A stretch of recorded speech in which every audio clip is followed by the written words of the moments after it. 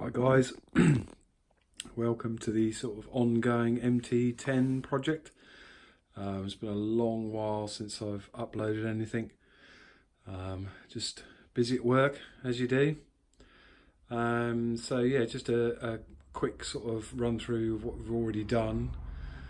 You guys know, if you've looked at the channel, that we've had it all resprayed.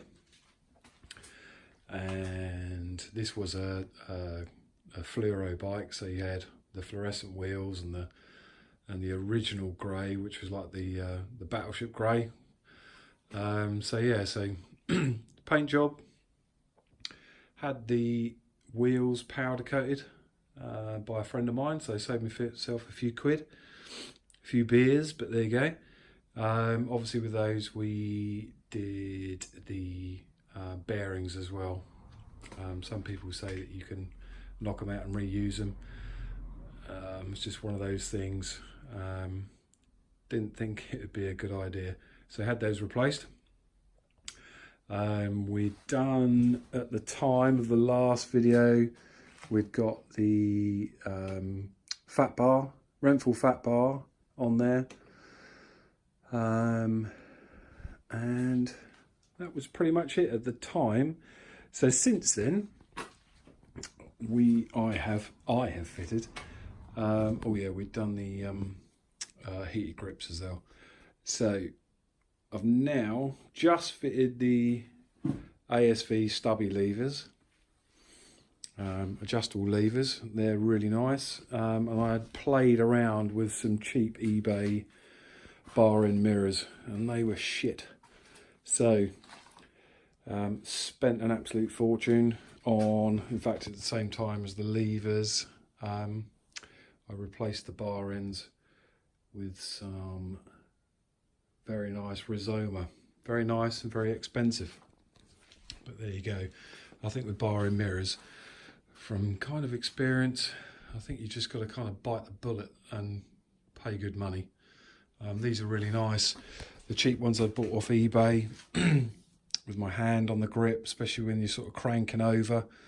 The cheap ones had a very short kind of stem to them, so they kind of caught your hand as you were leaning over, maybe sort of like that on the throttle, and it just got in my way, and they forever tightened the picking things up. So yeah, got the Rizomas.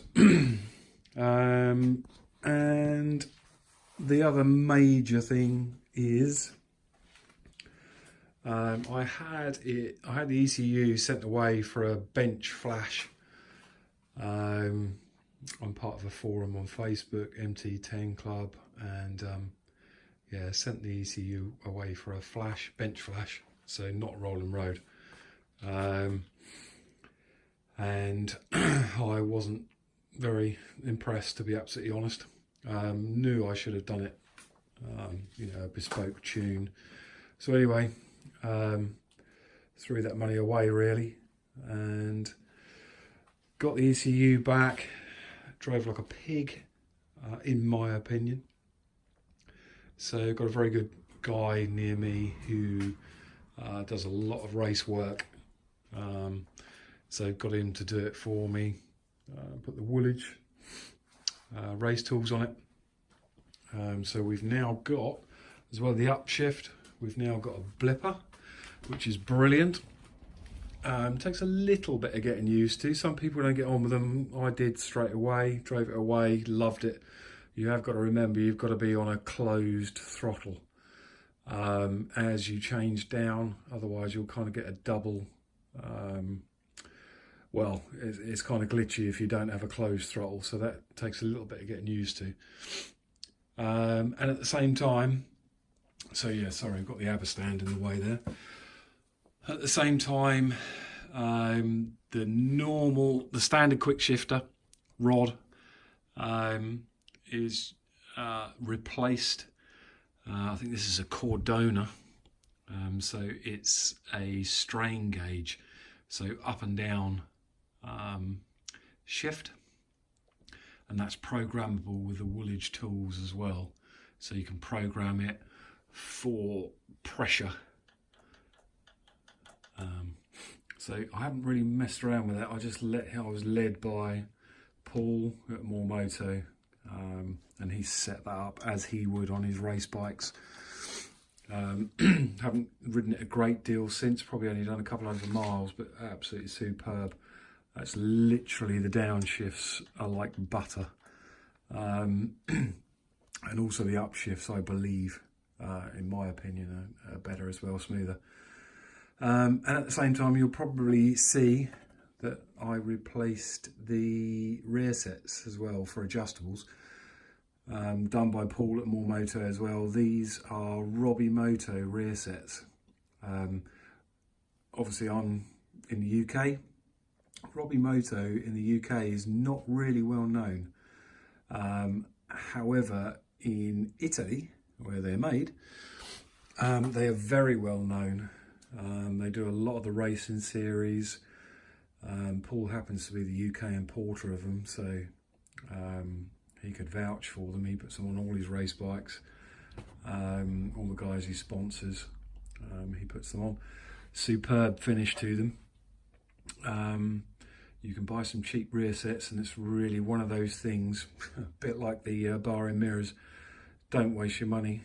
You know, it's an important part of the bike, and you've got to go for quality. And these are superb. These cost me around about £300. The Giles, or Giles, however you say it, are about 500 odd. And I really didn't want to spend that kind of money on them. But these are superb. If you check out sort of Moto, it's an Italy-based company. They make helicopter engines, so they must know what they're doing. You know, that was my kind of thoughts on it anyway. So yeah, very, very nice. I can't think of anything. Oh yeah, we've added the R&G crash protection. Santa brought me those. So yeah, with all this money I've spent on the bike, it's probably a good idea, even though they're not going to save you all the time, but they might help low speed crash or just dropping the bike, as is quite easily done. So the bike is basically sat here. It's about 3 or 4 degrees outside, so this bike is probably staying here for the rest of the winter. I have I don't know whether you guys have heard about, there's a very good treatment called ACF 50, which is from the aircraft industry, which is a superb anti-corrosion treatment. So that's, you basically just spray it on the whole bike, obviously cover the wheels and the brakes, the rest of it just spray it over. It's a little bit gloopy, but you can wipe it down, and it's meant to be the dog's bollocks in anti-corrosion treatment. Loads of guys in the UK use it and swear by it. So yeah, that's about it for the update. Obviously you know about the Scorpion and the decap.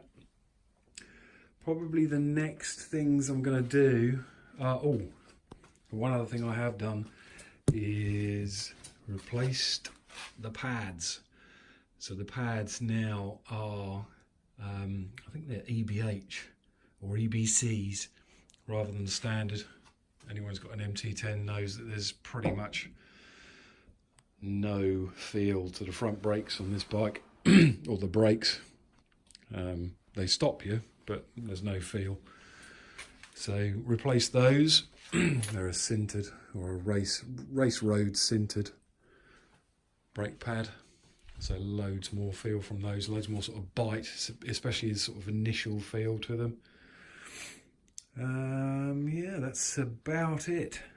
So the next jobs are, I'm going to have these all powder coated up.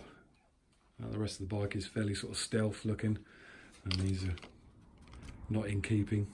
So we're going to get those powder coated up, those clamps. And that's about it. So just a quick update on the MT10 project. Cheers guys, see ya.